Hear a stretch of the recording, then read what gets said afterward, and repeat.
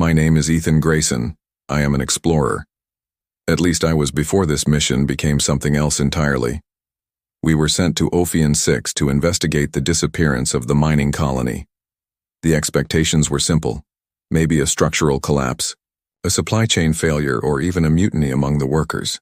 We had protocols for all of those scenarios. Land, assess, recover any survivors, and return home. But now, my only mission is survival. Ophion 6 loomed below us like a blackened eye, a dead world adrift in the void. No oceans, no atmosphere, no life. Just a wasteland of volcanic rock scarred by impacts older than humanity itself. With every rotation, its shadow stretched wider, as if swallowing the stars, as if swallowing us. The descent began. The Vanguard 12 cut through the silence of space, its thrusters igniting as we broke orbit and dipped toward the surface. The colony's last known coordinates were just beyond a ridge of jagged stone, nestled in a valley carved from eons of erosion. That was when the static began. Our monitors flickered, drowning in white noise. Every signal, gone. No distress beacons. No radio chatter. Not even the automated systems that should have been running. Just silence. We expected to find the mining encampment, the metal-framed shelters, the heavy drilling equipment. What we found was a village. But it was no ordinary village. The structures were ancient, built from an unnatural black stone that seemed to drink in the dim light. The buildings stood at odd angles, their walls crude but impossibly sturdy. And then there were the towers, twisting spirals that pierced the sky like the ribs of some long-dead titan, their surfaces etched with symbols that shifted when you weren't looking at them. The air, though there was no air, felt thick, heavy, suffocating. At the village's center stood the church. It defied architecture. It defied sense. The roof, razor-sharp, was buried deep into the ground, while its pointed base rose toward the heavens. The black stone it was built from was impossibly smooth, reflecting our warped, elongated shapes as we approached. The only entrance was at the top, an open doorway yawning like a mouth. A spiraling staircase led up to it, twisting in ways that made my stomach turn. That was when we saw them, the villagers. They were already there, watching, waiting, silent. Their faces were pale, their eyes deep pits of nothingness. No fear, no curiosity, no recognition of us as intruders or saviors. They only stared. Something about their presence made my skin crawl, an unshakable wrongness pressing against my instincts. They shouldn't be here. Ophion 6 had no records of indigenous life, no documentation of a secondary colony, and yet, they stood before us, as if they had always been there. Then, one of them stepped forward. A man, tall, impossibly thin, draped in robes as dark as the stone beneath us. His face was stretched tight, his skin nearly translucent, as though something beneath it was pushing outward, waiting to break free.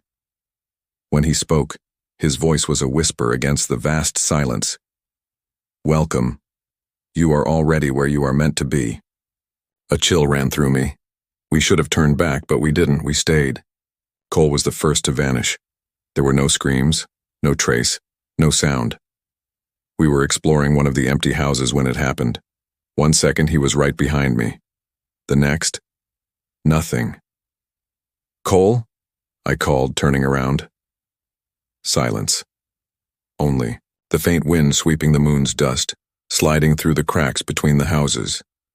The air felt heavier, charged with something unseen, something watching. I blinked a few times, my heart pounding in my chest. I looked at Ramirez and Decker. Both were pale, tense. "This doesn't make sense," Ramirez muttered, adjusting the communicator in her ear. "Cole, respond. Where the hell are you?" Static. I walked to where he had been just seconds. Ago. No extra footprints, no clues, nothing to indicate he had even moved. It was as if the universe had simply decided to erase him from existence. Then we heard it, something scratching through the communicator. It wasn't a human voice. was wet, organic, like something crawling through the radio frequencies trying to mimic human sounds, but failing. A slow, garbled whisper slid through the static, not words, but something close to them. I felt the hairs on my arms rise. That was when I realized something was very, very wrong. We should have left. But we stayed. Ramirez disappeared that same night. We found her in the middle of the village, standing still, looking up. Her mouth was moving, murmuring something we couldn't understand. The villagers stood around her in a circle, watching in silence, as if they were waiting for something to happen. My stomach turned. "Ramirez?" I called. Nothing. When I stepped closer, I saw her eyes, glazed over, lost in the black sky. Her mouth kept moving, but no sound came out. "Ramirez, talk to me." I touched her shoulder, and then her eyes truly opened. She looked at me, but her mouth kept murmuring as if it no longer belonged to her. Then something shifted. Her skin rippled as if something was writhing beneath it.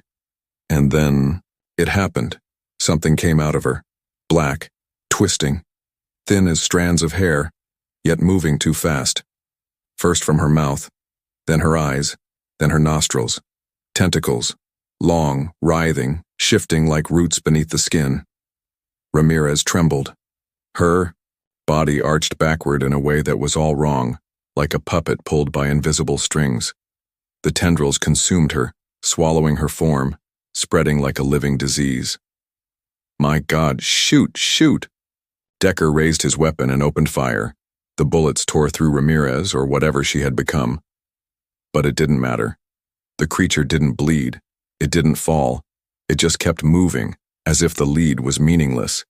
Then we heard the sound. Footsteps on stone. More and more of them. I looked around. The villagers were closing in, silently, methodically, as if they already knew the hunt was over. Their faces were expressionless, their hollow eyes fixed on us. But there was something wrong about their movement. They swayed, their limbs bending in ways that shouldn't be possible, as if something else controlled them from within. Decker's breathing grew ragged.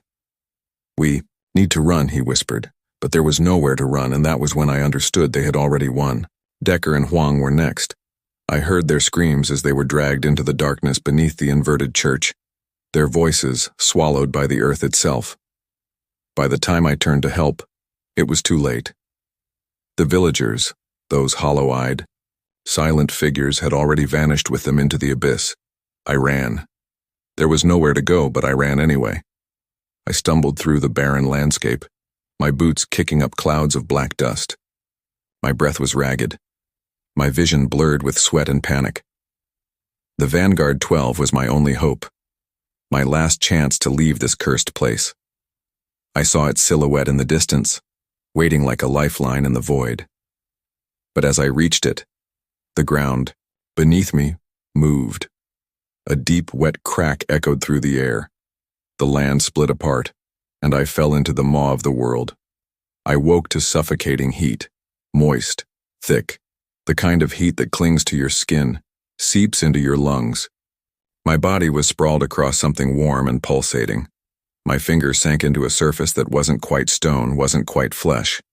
It pulsed beneath me like the beating of an unseen heart. That was when I realized I wasn't in a cave. I was inside something. The tunnels around me weren't tunnels. They contracted like veins pumping lifeblood through a colossal body. The walls shuddered with slow rhythmic movements, a grotesque mimicry of respiration. The black rock of Ophion 6 wasn't rock at all. It was hardened flesh, ancient, and vast. Ophion 6 wasn't a moon. It was a living organism, and I was trapped within it. I pressed my palm against the surface, feeling it ripple under my touch. It responded. It recognized me. A deep hum filled the air, not a sound but a vibration, reverberating in my bones. My breath came in shallow gasps as I staggered forward, deeper into the chasm that had swallowed me. Then I saw it. At the center of the cavernous expanse, embedded within a pulsing mass of tissue and darkness, it was waiting, the heart of the world. It was a colossus, a writhing monolith of black tendrils, its form stretching endlessly through the tunnels like the roots of some ancient, impossible god.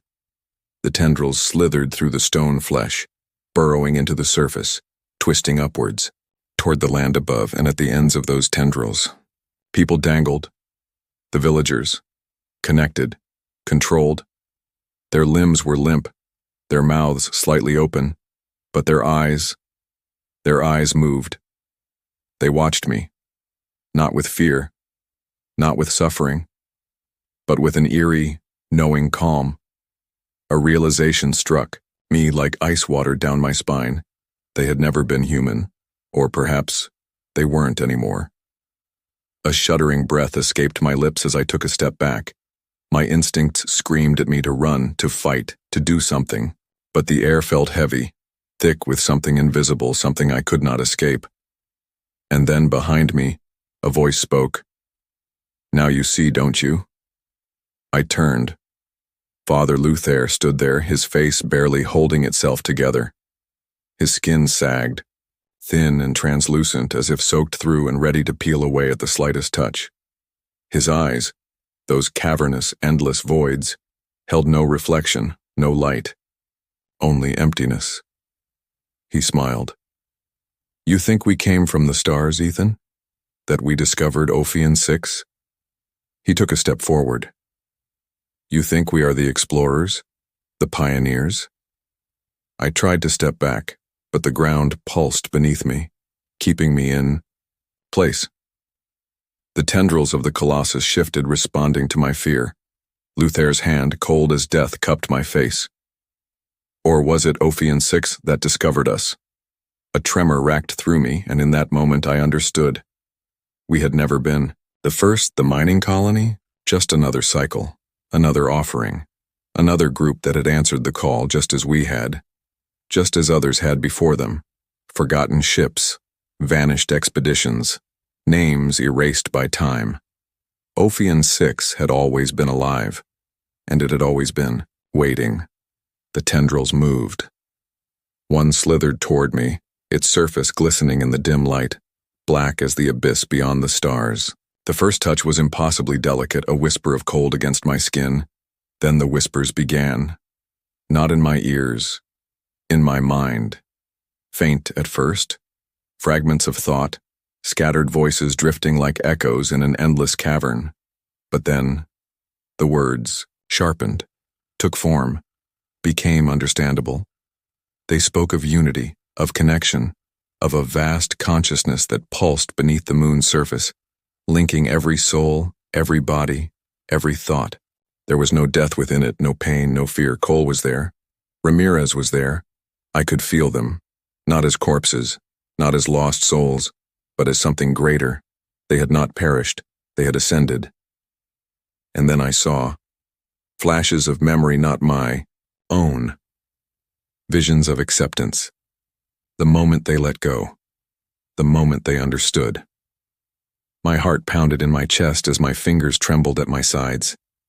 The terror, the fight, the resistance, they all suddenly seemed so small, so insignificant.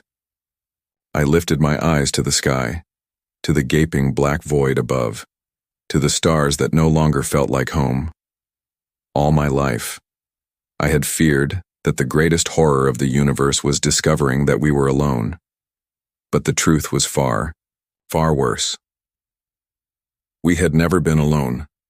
Ophion 6 did not seek to destroy us. It only needed us to understand. And so, I let the tendrils embrace me.